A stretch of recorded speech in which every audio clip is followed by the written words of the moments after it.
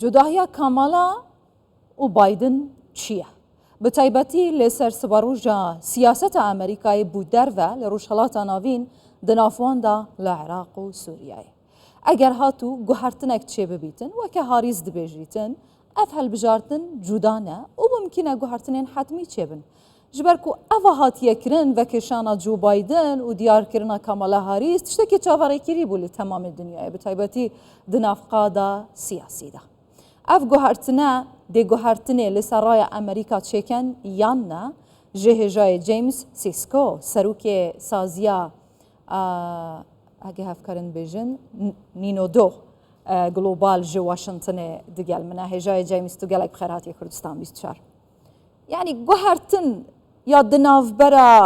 جو بایدن و کامالا هاریس چییە؟ بەتایبەتیش بوو گەلێ ئەمریکا و دوان دەماندا و 105 ڕۆژمانە دێ چ گوهارتنێکی لەسەر ڕاو نەڕین و فکر و ڕامانێن وا چێکە؟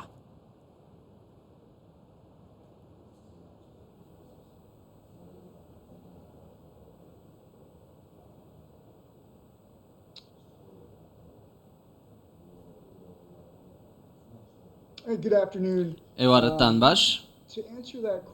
بۆ ئەوەی وەڵامی ئەم پرسیارە بدەینەوە پێشتە سەیری کەسایەتی هەردوو کاندیدەکان بکەین و ئیدارەکە بکەین کە لە ڕابردوودا چی کردووە.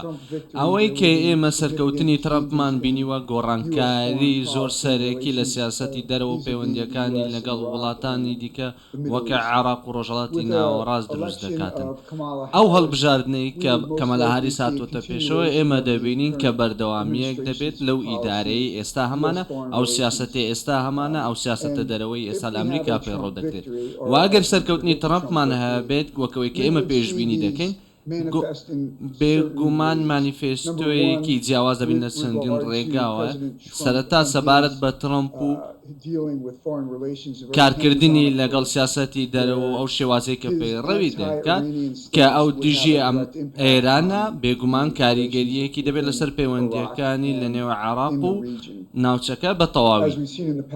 وەک ئەوەی لە ڕابردوودا بینیومانە سیاسەتی دەرەوەی ئەمریکا لە ژێر سیاسەتی دەسەڵاتی ترەمپدا لەگەڵ ئێران زۆر سەخت و توند بوونەوە دەشتوانین ببینین هەمان هەڵوێست لەلایەن ترەمپەوە لە داهاتوودا دەزانین کە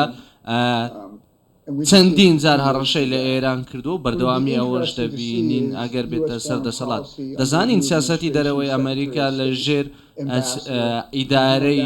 نوێدا کاریگەری و گۆڕانکاری زۆر دەبێت کاریگەری لەسەر پەیوەندیەکانی باشە جیمس ما بەحەس نەکرێگە هاتوو ترامپ ببیتە سەرۆکی ئەمریکا دەچویت پرسیار ئەوەیە جوداهیە دناوبەرە کامالا هاریس و جو بایدن لەسەر ڕایە گشتیە ئەمریکا دێ چ کاریگەری هەبیت جوداهی دناوبەرەواندا هەیە؟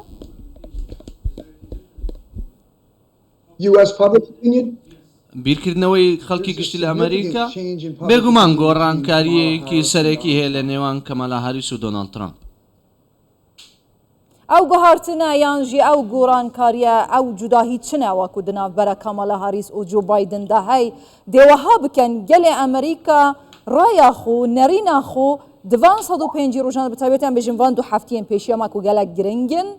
بگوهاڕیت. ئایا تەمەنە چ تشتێکە؟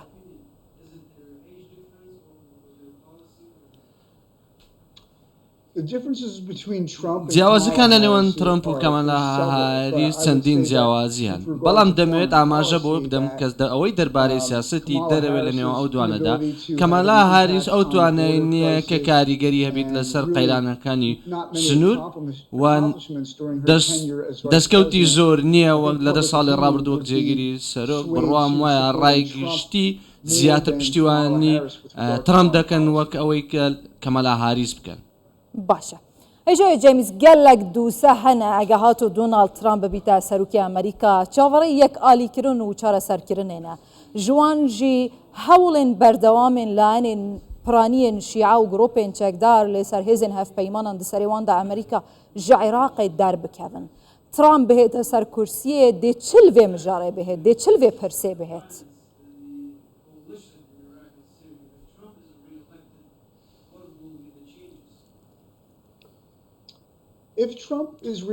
ئەگەر ترامپ دووبارە هەڵبژێردرێتەوە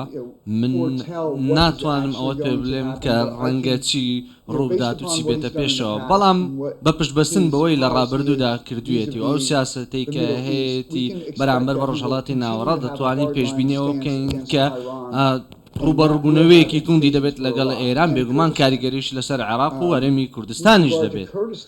ئەوەی کە پەیوەستە بە هەرێمی کوردستانەوە بێگومان ئەو تەوا پشتیوانی کوردەکانی نەکردووە بۆ ئەوەی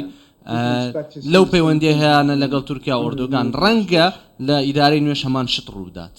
باشە پێویستە بگوهارتنە گەف و هەڕەشەیان لەسەر هەفپەیمانێ ئەمریکا و کوردستانە دە چارچوبای عێراقێکە فیدرال و دناوچەیەکە تژی ئاڵوزی و ئاڵنگاری و شار و دکەلیت ئەمریکا دێ چاوە پشتەوانیên خۆ بۆ هەرێما کوردستانی بەردەوام بکەتن بۆ پاراستنە هەفپەیمانێ خۆ ژڤان شەڕ و هێرش و گەفان.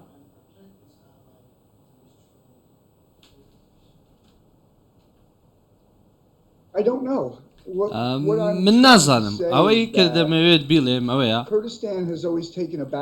کوردستان هەمیشە پشتیوان لە پشتەوەی سیاسەتەکان بووە لە یاخود با بڵێن ئێران و عێراق لە پێشەوەی سیاسەتەکان بۆ دەزانین کە سەرۆک ترامپ بۆ پشتیوانەیە کە لە کوردەکان دەکاتن بەڵام لە ڕابردوودا نەمان بینیوە ئەم هەوڵانە بداتن هەوڵەکان کەم بوونە زیاتر پشتی بە ئێران و عێراق بەستیوە لە سیاسەتەکانیدا. باشە بەهاتنە ترامپ بۆ کورسیا دەستهەڵاتێ سیاسەتە ئەمریکا لە هەمبەری عێراقێ بە تایبەتی هاریکاریên وایên دارایی و سەربازی دێ بگوهاریتن یان نە؟ بڕۆم وایە هەندێک گۆڕانکاری ڕوودەدەن بەڵام کێشەی سەرەکی بەردەوام دەبێت کە ئەویش بوونی هێزە سەربازیەکانە لە ناوچەکەدا ئەوەی کە پەیوەندی بە پرسە ئابوووریەکانەوە هەیە بڕوام وایە هەندێک گۆڕانکاری بچووک ڕوودەدەن بەڵام جەختەکە تەواو لەسەرەوە دەبێت کە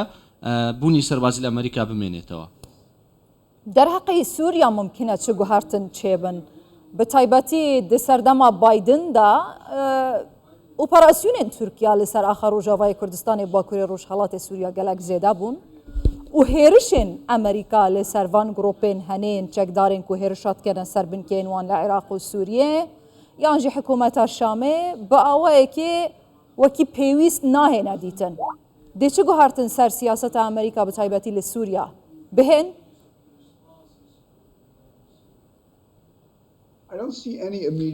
من هیچ گۆڕانکاریەکی دەست بەجێ نابینم لە سیاسەتی ئەمریکا بەرامبەر بە سووریا بڕوام وایە ڕەنگە لە کاتێکدا ئیدارەی نوێ لەوە تێبگات کە کێشەکان چین و چۆن دەبێت ڕوبەڕوو ببنەوە و لەو خاڵەدا ڕەنگە بتوانن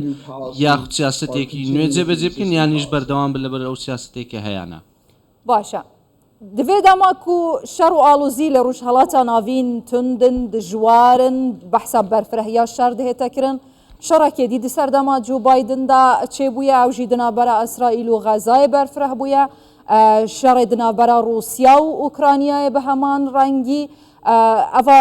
خەریکە یەمەن دەهێتە ناواوی شەڕی ژەعالیەکە دن لبنان دەهێتە ناواوی شەڕی و گەفێن ئیسرائیل لەسەر عێراقێژی دهی بوو گاوا گوتی ئەگەر ئەف گرۆپە بەردەوام هێرشا بکەنە سەرمە ممکنە لە گۆری ڕۆژنەمایە دە گاردیان ئیسرائیل بەرێت تەیارە و موشکێن خوڤە گوهێزیتە ئاخا عێراقێژی چاوەڕێی چ پێشهاتێکی بکەین لە سەردەما دۆناڵد ترامپ ئایا ئەف شەڕە دێ بێدەنگ ببن دێ ڕاواستن یانژی دێ بەرفرەحتر بن؟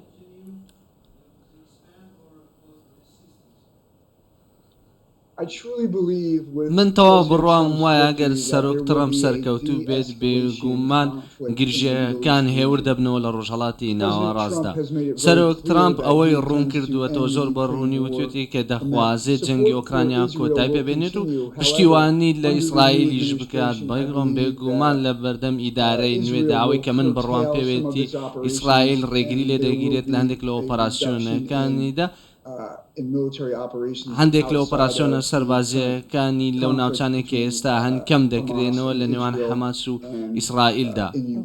لە ئۆکرانیاش جەنگەکە کۆتایی پێدێنێت. باشە ئێژای جەیمس دەرباری گوهارتنە گەف و ئاڵنگاریên ڕوبڕووی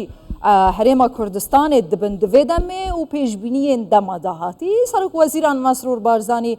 پێشی چەند هەیڤال واشنگتنێ بوو داخوازە گوهارتنا شێوازێ هاریکاریان ژە ئەمریکایە کرد بوو کوردان لە هەرێما کوردستانê û di çarçoveya Iraqê de. Mumkin e Amerîka divê serdemê de û bi guhertina van gef û alingariyan şêwazê harîkariya xwe bi herêma Kurdistanê bigorît yan jî çawa bêjin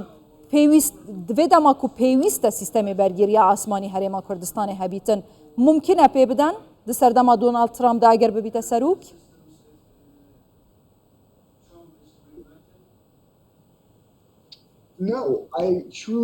نەخێر من بڕوام وایە کۆتا جار کە چاوپێکەوتمان کردن قسەم لەبارەوەی کرد کە هیچ گۆڕانکاریەکی بنەڕەتی ڕوونەدا دوای ئەم کۆبوونەوەی لە نێوان سەرۆک بایدن و سەرۆک وەزیران سوودانی کرا سیاسەتی دەرەوە گرنگە بەڵام وەکو خۆی دەمێنێتەوە هیچ گۆڕانکاریەکی بنەڕەتی و گرنگ ڕوونادات بەرامبەر بە هەرێمی کوردستانیش کە بەداخەوە بێگومان هەرێمی کوردستان ئێستا لەژێر پەنجەی عراقدا و پەیوەندیەکانی لەگەڵ تورکیادا بە هەمان شێوەیە من بڕوام وای هیچ گۆڕانکاریەکی بنەڕەتی و گەورە لە سیاسەتی یاخود پەیوەندیەکان لەگەڵ ئەمریکا و هەرێمی کوردستان ڕوونادات لە ژێر ئیدارەی ترامپدا جەختەکە تەواو وە بەردەوامیش دەبێت لەسەر ئێران و عراق و ناوچەکە و وڵاتانی دیکە لە ناوچەکەدا. باشە بلا پرسیارە دماهەیە ئەڤە بیتن هێژایە جیمز برایاتە بەهاتنە دۆنالد ترامپ ممکنە بەیەکجاری هێزن ئەمریکا ژە عێراقی دەربکەون و بدەرکەتنەوان ئەگەری سەرهەلدانا داعش هەیە بە کۆنتڕۆلکردنا ئاخی هەلبەت؟